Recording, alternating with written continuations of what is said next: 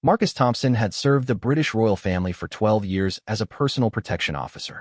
His weathered hands bore the calluses of countless hours at the shooting range, and his sharp eyes had scanned thousands of crowds for potential threats. At 42, he carried himself with the quiet confidence that came from knowing he could handle any situation that might endanger those under his protection. The assignment to accompany Princess Catherine on her diplomatic mission to New York seemed routine enough. Marcus had traveled internationally with royals before, though usually on smaller aircraft or private jets. This time, commercial aviation was deemed more appropriate for the low-key nature of the visit.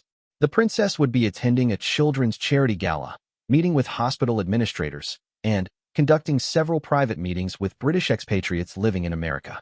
Marcus arrived at Heathrow Terminal 5 3 hours before the scheduled departure, as protocol demanded. He wore his standard civilian clothes, a well-tailored navy suit that concealed his protective vest and allowed easy access to his concealed weapon. His diplomatic passport and official credentials were secured in his leather portfolio, along with detailed security briefings and contact information for American law enforcement agencies. The check-in process began smoothly. Marcus presented his tickets to the airline representative, a young woman named Sarah who seemed nervous when she noticed the special codes on his booking.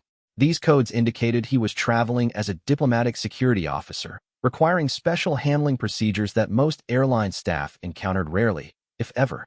"I'm sorry, Mr. Thompson," Sarah said after consulting her computer screen multiple times. "There appears to be an issue with your seat assignment." Marcus remained calm, accustomed to last-minute changes and complications. "What kind of issue?" "Your booking shows first class, but our system is indicating that your credentials don't qualify for that level of service. The diplomatic codes are showing, but there's a restriction flag. I need to be seated in first class," Marcus explained patiently. "I'm accompanying a member of the royal family. The seating arrangement isn't about comfort. It's about security positioning and immediate access." Sarah's supervisor, a middle-aged man named David, approached after being summoned. He reviewed the same computer screen, frowning as he scrolled through what appeared to be airline policy guidelines. "Sir, I understand you're traveling on official business," David said. "But our policy clearly states that government employees, regardless of their position, cannot be upgraded to first class unless they've purchased those tickets specifically. The diplomatic passport doesn't override our cabin class restrictions." Marcus felt his patience beginning to thin, though his expression remained neutral. "This isn't about an upgrade. These tickets were purchased and arranged through the Foreign Office. I'm not a regular government employee. I'm protection detail for Her Royal Highness Princess Catherine, who will be boarding this aircraft in approximately 40 minutes. I appreciate that, sir, but I don't see any notation about royal passengers on our manifest," David replied, checking another screen. "And even if there were, our policy applies to all government personnel without exception." The conversation was drawing attention from other passengers in the first-class check-in line. Marcus noticed several people with phones pointed in his direction, and his trained instincts immediately flagged this as a potential security issue. Any public confrontation involving royal protection could become a social media incident within minutes.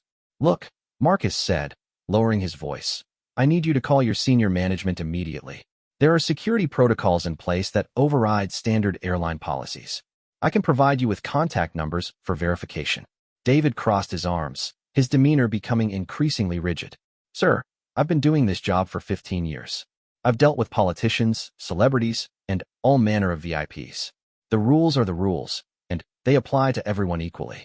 You can purchase a first-class seat if you want first-class service, but I'm not authorizing any exceptions." Marcus realized the situation was escalating beyond normal customer service issues.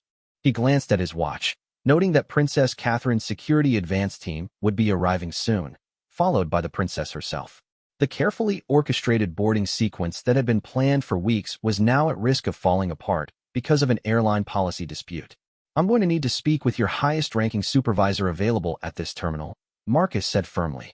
"This is now a matter of international diplomatic security, and I need someone who understands the implications of what's happening here." The crowd around the first-class check-in counter continued to grow, with several passengers openly filming the exchange. Marcus made a mental note to request that airport security review the footage later, as some of those recording might need to be identified and their videos confiscated for security reasons. David disappeared for several minutes, leaving Marcus standing at the counter while Sarah attempted to handle other passengers. When David returned, he was accompanied by a woman who introduced herself as Janet, the terminal duty manager. "Mr. Thompson, I understand there's been some confusion about your seating," Janet said diplomatically. "I've reviewed your booking, and while I see the diplomatic indicators, I'm not seeing authorization for first-class accommodation. Perhaps there was an error when the tickets were originally purchased?" Marcus pulled out his secure mobile phone and scrolled through his contacts. The situation had moved beyond what he could resolve through normal channels. He needed to activate emergency protocols that would bring the full weight of British diplomatic authority to bear on what was becoming an increasingly serious security breach. "I'm going to make one phone call," Marcus told Janet calmly. "After that call, I believe this situation will be resolved very quickly. But I need you to understand that every minute of delay is creating potential security risks for a member of the British royal family." Janet nodded, though Marcus could see skepticism in her eyes. She had probably dealt with countless passengers who claimed important connections or made threats about phone calls to powerful people. What she didn't realize was that Marcus's phone contained direct contact information for some of the most influential people in British government and international security. As Marcus began scrolling through his contacts, looking for the right number to call, he noticed Princess Catherine's advanced security team approaching the check-in area. The sight of 4 additional protection officers in dark suits, moving with obvious purpose and coordination, finally seemed to register with the airline staff that this might not be an ordinary passenger dispute. The next few minutes would determine whether the carefully planned diplomatic mission would proceed smoothly or become an international incident involving one of the world's most recognized royal figures. Marcus selected a contact from his encrypted phone directory that few people in the world possessed. Sir James Whitmore, the private secretary to Her Majesty, maintained a direct line specifically for emergency situations involving the royal family's security. The number connected immediately to a secure satellite network that bypassed normal telecommunications infrastructure. "Sir James, this is Marcus Thompson, protection detail for Princess Catherine," Marcus said quietly into the phone, turning slightly away from the airline staff who were watching with growing concern. "We have a situation at Heathrow that requires immediate intervention." "What's the nature of the problem, Marcus?" Sir James's voice carried the calm authority of someone accustomed to handling crises that could affect international relations. "The airline is refusing to honor our seating arrangements. They're claiming diplomatic credentials don't override their commercial policies. Princess Catherine's advance team has just arrived, and she'll be here in 20 minutes. We need first-class positioning for security protocols." There was a brief pause as Sir James processed the implications. "Which airline and flight number?" "British Airways Flight 117 to JFK. The terminal duty manager is Janet. I don't have her surname. The check-in supervisor is David." "Stand by, Marcus. Do not allow Princess Catherine to approach the check-in area until I call you back. Position the advance team to create a secure perimeter, but keep it low-key. We cannot have photos of this situation reaching social media." The line went dead, and Marcus immediately gestured to the lead advance officer, a veteran named Collins who had worked royal protection for over 20 years. Collins approached with the practiced casualness that marked all elite protection personnel. "We have a delay situation," Marcus murmured to Collins. "Create a casual perimeter around the check-in area. No obvious formations, but I need control of sight lines and recording devices." "Sir James is handling escalation."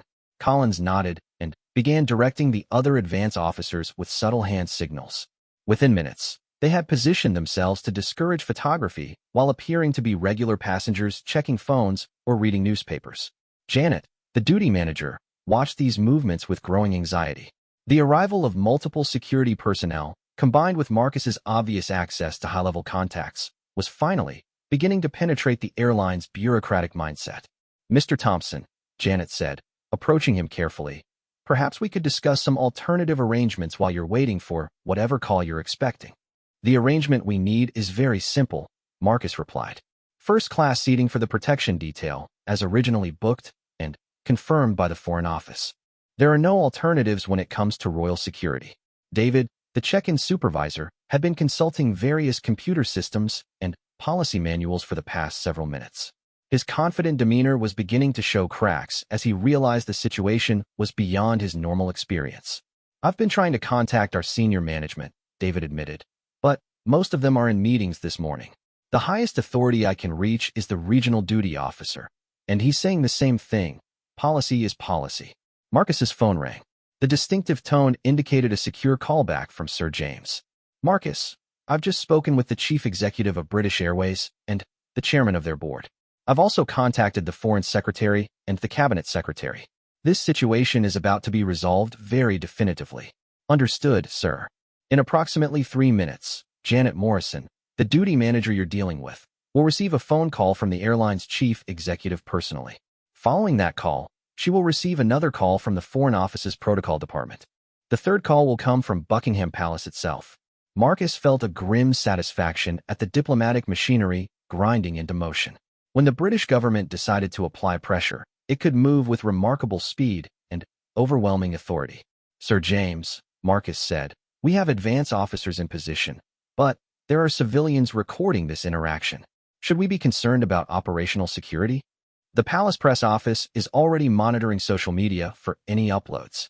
Those videos will be addressed through appropriate channels. Your priority is maintaining Princess Catherine's security and ensuring the mission proceeds as planned. As if on cue, Janet's radio crackled to life, followed immediately by her mobile phone ringing. She looked confused as she answered the phone first. Yes, this is Janet Morrison, Terminal Duty Manager, she said formally. The voice on the other end was apparently loud enough that Marcus could hear it from several feet away, though he couldn't make out the specific words. Janet's face went through a remarkable transformation, from confusion to shock to something approaching panic. Yes, sir. Yes, I understand completely. No, there won't be any further delays. Yes, sir, immediately. She ended the call and stared at Marcus with a completely different expression. Before she could speak, her phone rang again. Janet Morrison speaking, she answered, her voice noticeably less steady. This conversation was briefer, consisting mainly of Janet saying, yes, I understand repeatedly. As she ended the second call, her radio crackled again. This time, a voice came through clearly enough for everyone nearby to hear.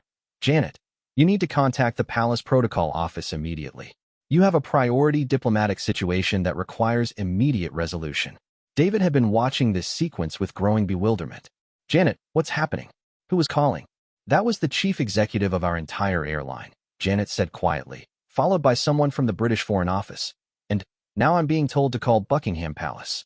Marcus maintained his professional demeanor, but internally he was impressed by the speed and coordination of the response. Sir James had clearly activated every available channel of influence simultaneously. Janet's hands were visibly shaking as she dialed the number provided through her radio. The conversation was brief and entirely one-sided, with Janet providing only acknowledgments and confirmations. Mr. Thompson, Janet said after ending the call, I sincerely apologize for this misunderstanding. Your entire party will be accommodated exactly as originally arranged. We're also upgrading the catering service and providing priority boarding. Is there anything else we can do to ensure the comfort and security of your passengers? The princess's security requirements are quite specific, Marcus replied professionally. We'll need to review the boarding sequence and coordinate with airport security for the arrival protocols. David approached hesitantly. Mr. Thompson, I want to personally apologize. I had no idea. I mean, we deal with government travelers regularly, but this level of... He trailed off, apparently unable to find appropriate words. The protection of the royal family is taken very seriously at every level of British society, Marcus explained.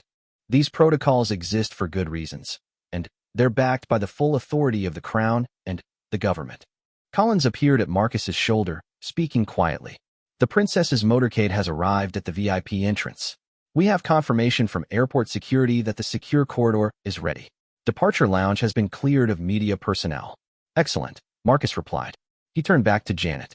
We'll proceed with normal check-in procedures now, but I need your assurance that there will be no further delays or complications.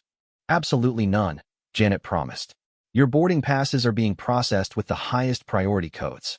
Security screening has been arranged through the diplomatic channel, and your aircraft crew has been briefed on the special nature of this flight. As the check-in process finally moved forward smoothly, Marcus reflected on how quickly the situation had transformed. One phone call to the right person had indeed changed everything instantly, demonstrating the invisible but immense power structures that operated behind the scenes of modern diplomacy. The real test, however, would be ensuring that the rest of the journey proceeded without incident. and that Princess Catherine's important humanitarian mission in New York could be conducted with the dignity and security that her position demanded. Princess Catherine arrived at the check-in area with the composed elegance that had made her one of the most photographed women in the world. Despite the earlier complications, her serene expression showed no awareness of the diplomatic crisis that had just been resolved. This was exactly as it should be. The protection team's job was to handle problems invisibly, allowing the principal to focus entirely on her official duties. "Good morning, Your Royal Highness," Janet said, performing a small curtsy that indicated she had received very specific instructions about proper protocol during their hurried phone conversations. "Everything is prepared for your departure. We're honored to have you traveling with us today." Princess Catherine smiled warmly. "Thank you so much. I understand there may have been some confusion earlier." Marcus stepped forward smoothly. "Nothing that couldn't be resolved, Your Royal Highness. The airline staff have been extremely helpful in ensuring all security arrangements are properly coordinated." This diplomatic phrasing allowed everyone to save face while acknowledging that problems had existed and been solved. Princess Catherine nodded approvingly. She was well versed in the subtle language of international relations. The check-in process proceeded with remarkable efficiency. Janet personally handled every aspect of the princess's documentation, while David coordinated with security teams and airport operations. The transformation in their attitudes was complete, professional pride having replaced bureaucratic rigidity. As they moved toward the diplomatic security screening area, Marcus noticed that the terminal's normal bustle seemed unusually subdued. A glance at Collins confirmed his suspicion. Airport security had quietly implemented crowd control measures to prevent the spontaneous gatherings that royal appearances often generated. "The American advance team has confirmed arrival arrangements at JFK," Collins reported quietly to Marcus. "Secret Service liaison, NYPD escort, and hospital security coordinators are all briefed and standing by." "Any media concerns?" Marcus asked. Palace Press Office has released a minimal statement about the princess's charitable visit. They're emphasizing the humanitarian aspects and requesting privacy for the families she'll be meeting. Princess Catherine paused at the entrance to the security screening area. "Marcus, I wanted to thank you for handling whatever complications arose earlier. I know these situations can be challenging, but your professionalism ensures I can focus entirely on the work we're here to do." "It's my privilege to serve, Your Royal Highness," Marcus replied. The acknowledgement meant more to him than she might realize. 12 years of service had involved countless small crises resolved quietly, threats neutralized invisibly, and problems solved before they could affect royal duties. The diplomatic screening process moved swiftly. Princess Catherine's security detail passed through specialized scanners while their equipment was handled by trained personnel who understood the sensitive nature of protective devices and communications equipment. As they waited in the exclusive departure lounge, Marcus reviewed the revised flight protocols with the senior cabin crew. The British Airways flight manager, a woman named Patricia who had worked royal flights for over a decade, listened intently to his security briefings. "The seating arrangement places Your Royal Highness in 2A, Patricia confirmed, with Mr. Thompson in 1A for optimal security positioning. The advance team is distributed throughout first class and business class according to your specifications. Meal service timing is critical," Marcus explained. "We need coordination with ground security at JFK to ensure arrival protocols aren't delayed by service schedules." "Completely understood. We've adjusted our service timing to allow for early descent and priority deplaning." Princess Catherine had settled into a comfortable chair with a stack of briefing documents about the children's hospital she would be visiting. Her ability to maintain focus on her charitable work, regardless of surrounding complications, was one of the qualities that had made her so effective as a working royal. An aide approached with updates from London. "Your Royal Highness, Buckingham Palace has confirmed that the hospital visit schedule is unchanged. The families you'll be meeting have been briefed about confidentiality, and child protection protocols are in place for all interactions." "Wonderful," Princess Catherine replied. "Do we have updated information about the children we'll be visiting?" The aide consulted her tablet. "Yes, ma'am. 3 children currently receiving treatment, ages 7 to 14. Medical teams have confirmed they're all well enough for brief visits, and family members will be present throughout." Marcus appreciated how these conversations reminded him why his job mattered. The protection he provided enabled genuine humanitarian work that made real differences in people's lives. The complications at check-in seemed insignificant compared to the impact Princess Catherine would have on those sick children and their families. As boarding commenced, Marcus noticed the seamless coordination that now characterized every aspect of their travel.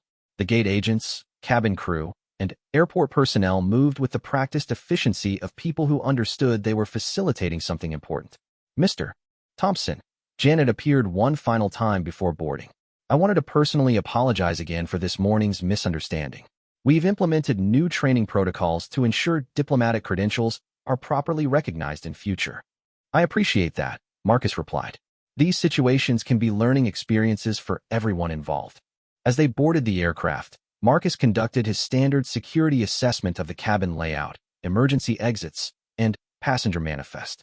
The first-class cabin contained only the royal party and a few other passengers who had been discreetly vetted by security services.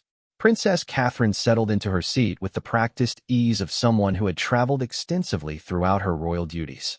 She immediately began reviewing materials for her upcoming meetings, transforming travel time into productive preparation.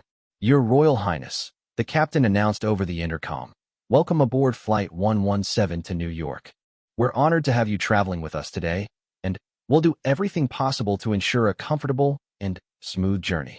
Marcus secured his own seat, positioning himself where he could monitor both Princess Catherine and the cabin environment throughout the flight. His morning had begun with a bureaucratic crisis that could have derailed an important diplomatic mission. Thanks to one well-placed phone call and the remarkable power of British institutional authority, it was ending with everything proceeding exactly as planned. As the aircraft began its taxi toward the runway, Marcus reflected on the invisible networks of power and influence that made his job possible. The protection of the royal family wasn't just about individual security officers. It was backed by the full weight of the British state, from Buckingham Palace to the Foreign Office to corporate boardrooms. The phone call that had changed everything instantly was just one example of how these systems operated when properly activated.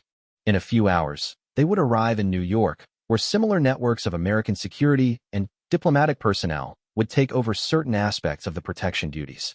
But, for now, as London fell away below them, Marcus could finally relax slightly and focus on the next phase of ensuring Princess Catherine's safety during what promised to be a meaningful and successful humanitarian mission. The flight to New York proceeded with the smooth precision that Marcus had come to expect from well-coordinated royal travel.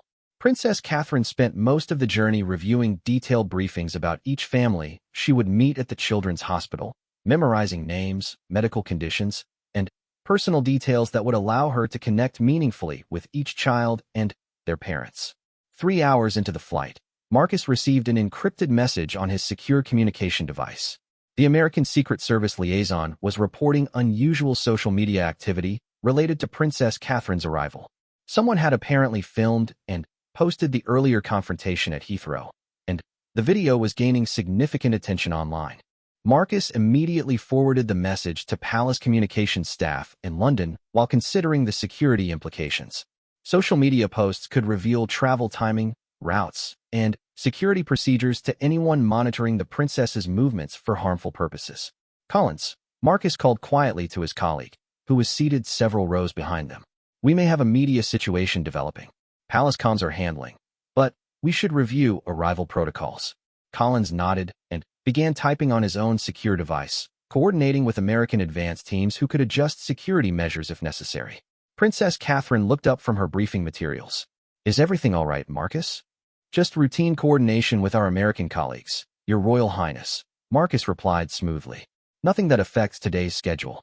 She smiled and returned to her documents, trusting completely in her protection team's ability to handle whatever complications might arise. This trust was both humbling and motivating for Marcus. The princess could focus entirely on her humanitarian work because she knew her security was being managed expertly.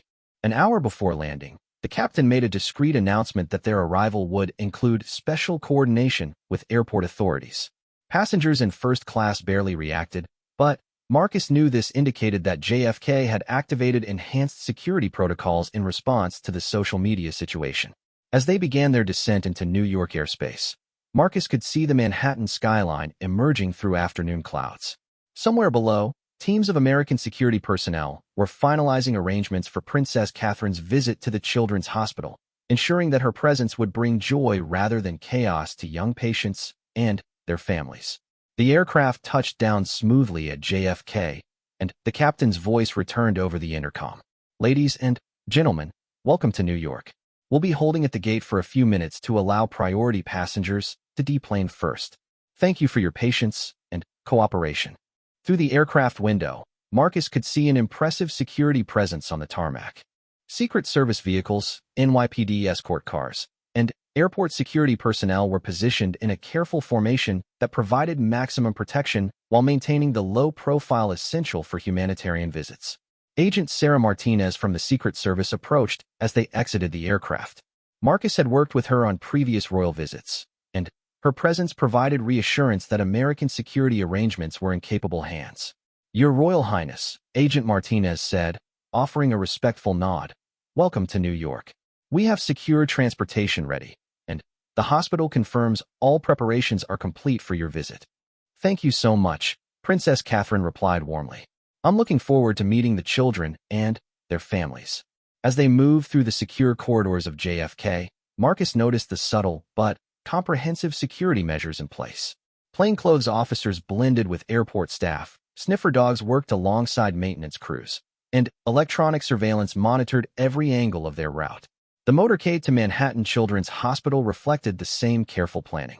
New York Police Department motorcycles cleared traffic while unmarked security vehicles provided protection without creating the dramatic spectacle that might frighten young patients watching from hospital windows. During the drive through Queens and into Manhattan, Agent Martinez briefed Princess Catherine on the families she would meet. 8-year-old Emma Rodriguez has been receiving treatment for leukemia for 6 months. Her parents speak limited English, so we have a translator standing by. That won't be necessary, Princess Catherine said. I've been practicing my Spanish specifically for this visit. Marcus smiled internally at this revelation. The princess's dedication to connecting personally with people she met was legendary among protection staff, but her efforts to learn languages for specific visits demonstrated exceptional thoughtfulness. 14-year-old James Patterson is recovering from surgery related to a rare heart condition, Agent Martinez continued. He's apparently fascinated by British history and has prepared questions about royal traditions. How wonderful, Princess Catherine replied. I've brought some special items from the royal collection that he might find interesting. As they approached the hospital, Marcus could see crowds of media personnel being held at a respectful distance by police barriers. The balance between public interest and patient privacy required careful management, especially when young children were involved. Dr. Rebecca Chun, the hospital's chief administrator, greeted them at a side entrance that allowed direct access to the pediatric ward without passing through public areas crowded with reporters and photographers. Your Royal Highness, we're deeply honored by your visit, Dr. Chun said. The families you'll meet have been looking forward to this moment for weeks. The first family they visited was the Rodriguez family. 8-year-old Emma was propped up in bed, wearing a bright yellow dress that her mother had chosen specially for the royal visit. Her eyes widened as Princess Catherine entered the room. Hola, Emma, Princess Catherine said gently in Spanish. Me llamo Catherine. ¿Cómo estás? Emma's face lit up with delight, and she began chattering rapidly in Spanish. Marcus watched as Princess Catherine sat on the edge of the bed, listening intently and responding in careful but warm Spanish phrases. Emma's parents stood nearby, tears in their eyes as they watched their daughter's joy at being able to communicate naturally with the princess. The translator remained silent, unnecessary for this genuine connection that transcended formal protocols. After spending 20 minutes with Emma, during which Princess Catherine heard about the girl's drawings, her dreams of becoming a teacher, and her favorite cartoons, they moved to visit James Patterson. The 14-year-old was sitting up in bed with a stack of history books beside him. His face flushed with excitement as Princess Catherine entered, and Marcus could see he was struggling to contain his enthusiasm.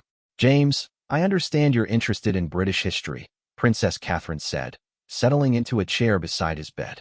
I brought something special to show you. She opened a small leather case and carefully removed an ornate pocket watch. This belonged to King George V. It's from the royal collection, and very few people outside the family have ever seen it. James's eyes went wide as Princess Catherine carefully placed the watch in his hands. Your Majesty, this is incredible. I've read about King George V, but I never imagined I'd actually touch something that belonged to him.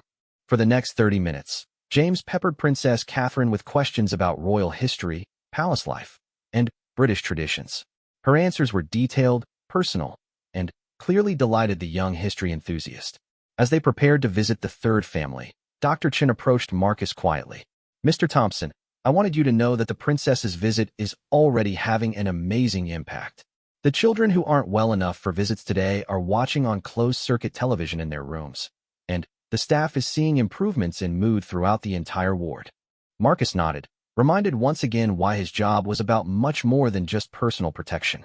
The security protocols, the diplomatic crisis at Heathrow, and the complex logistics were all worth it for moments like these, when Princess Catherine's presence brought genuine happiness to sick children and their worried families. The social media controversy that had developed during their flight seemed insignificant compared to the real impact being made in this hospital ward.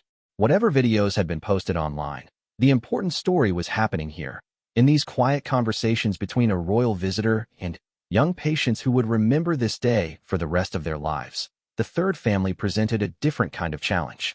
7-year-old Michael Chong was recovering from complications related to a rare neurological condition that had left him unable to speak. His parents, Dr. Jennifer Chong and her husband David, were both physicians who understood their son's condition perhaps too well, making their emotional struggle even more poignant. Princess Catherine approached Michael's bedside with the same gentle warmth she had shown the other children, but Marcus could see her quickly assessing how to connect with a child who couldn't respond verbally.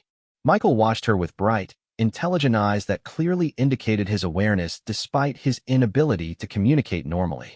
"Hello, Michael," Princess Catherine said softly, settling into the chair beside his bed. "I heard you love to draw." Michael's mother handed Princess Catherine a folder of artwork.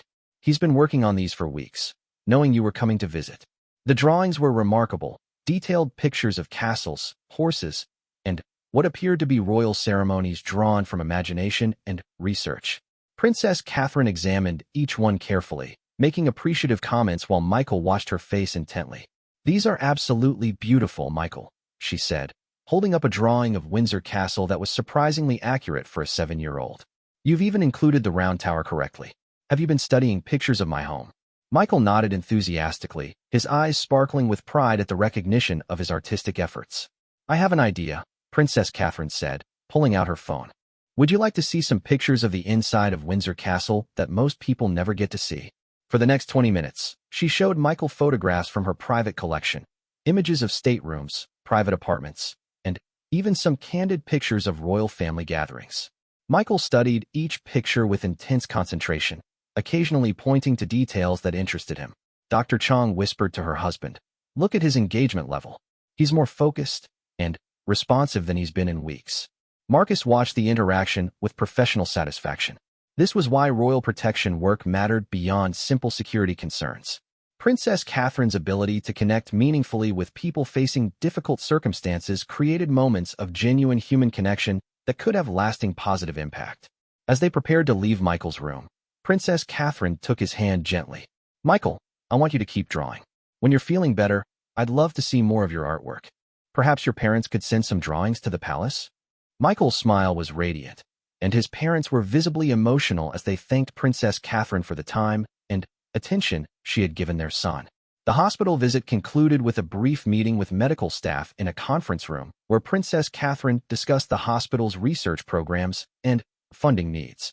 Her questions were informed and specific, indicating that her preparation for the visit had included detailed study of pediatric treatment protocols and medical research initiatives. "Your Royal Highness," Dr. Chen said, "your visit today will be remembered by these families forever. But, beyond that, your interest in our research programs could help us secure additional funding for treatments that could help children around the world." "That's exactly what I hope to accomplish," Princess Catherine replied. "These children and their families inspire me to do whatever I can to support medical research and improve treatment options." As they prepared to leave the hospital, Agent Martinez approached Marcus with an update on the social media situation that had been developing throughout the day. "The video from Heathrow has been viewed over 2 million times, she reported quietly. But the narrative has shifted completely. Initial posts focused on the airline confrontation, but now the story is about royal security protocols and the importance of diplomatic procedures." "Any security concerns?" Marcus asked. "None that we've identified. If anything, The attention to security procedures might actually enhance protection by making people more aware of the protocols in place. The return journey to JFK proceeded smoothly, with the motorcade taking a different route that avoided areas where crowds might have gathered. Princess Catherine spent the drive reviewing notes from her hospital meetings and dictating follow-up instructions for her staff in London. At the airport, they were met by Janet Morrison, the terminal duty manager who had been involved in the morning's complications. She approached Princess Catherine with obvious nervousness. "Your Royal Highness, I wanted to personally apologize for any inconvenience this morning may have caused," Janet said formally. Princess Catherine smiled graciously. "Thank you, but I understand these situations can be complicated. The important thing is that everything was resolved efficiently, and we were able to complete our mission successfully." As they boarded the return flight to London, Marcus reflected on how the day had unfolded. What had begun with a bureaucratic crisis that threatened to derail an important diplomatic mission had ended with Princess Catherine making meaningful connections with sick children and advancing important medical research funding conversations. The phone call that had resolved the airline situation in minutes demonstrated the invisible but powerful networks that supported royal duties. But the real measure of success was in the smiles of the children they had visited and the renewed hope in their parents' eyes. During the flight back to London, Princess Catherine worked on a detailed report about the hospital visit, including specific recommendations for research funding and follow-up support. Her dedication to turning brief visits into lasting positive impact was characteristic of her approach to royal duties. "Marcus," she said as they crossed the Atlantic, "I wanted to thank you again for handling whatever complications arose this morning. Your professionalism allows me to focus completely on the work we're here to do." "It's my privilege to serve, Your Royal Highness," Marcus replied. "Seeing the impact of your visits makes every challenge worthwhile." As London approached through the early morning clouds, Marcus considered how one difficult morning had ultimately led to a completely successful mission. The airline staff who had initially refused first-class seating had learned important lessons about diplomatic protocols. The children in the New York hospital had experienced moments of joy that would sustain them through difficult treatments. And Princess Catherine had advanced important humanitarian goals that could benefit sick children around the world. The phone call that had changed everything instantly was just one small example of how the systems supporting the British royal family operated when properly activated. But the real power of those systems was their ability to enable genuine humanitarian work that made meaningful differences in individual lives. As they prepared for landing at Heathrow, Marcus knew that his successful handling of the morning's crisis would be noted in his service record. More importantly, he knew that Princess Catherine's successful visit to the Children's Hospital would be remembered by those families for the rest of their lives. The balance between those two outcomes perfectly captured why he had chosen to dedicate his career to Royal Protection Service. The aircraft touched down at Heathrow just as the sun was rising over London, marking the end of a journey that had demonstrated both the challenges and the profound rewards of serving the British royal family in an increasingly complex world.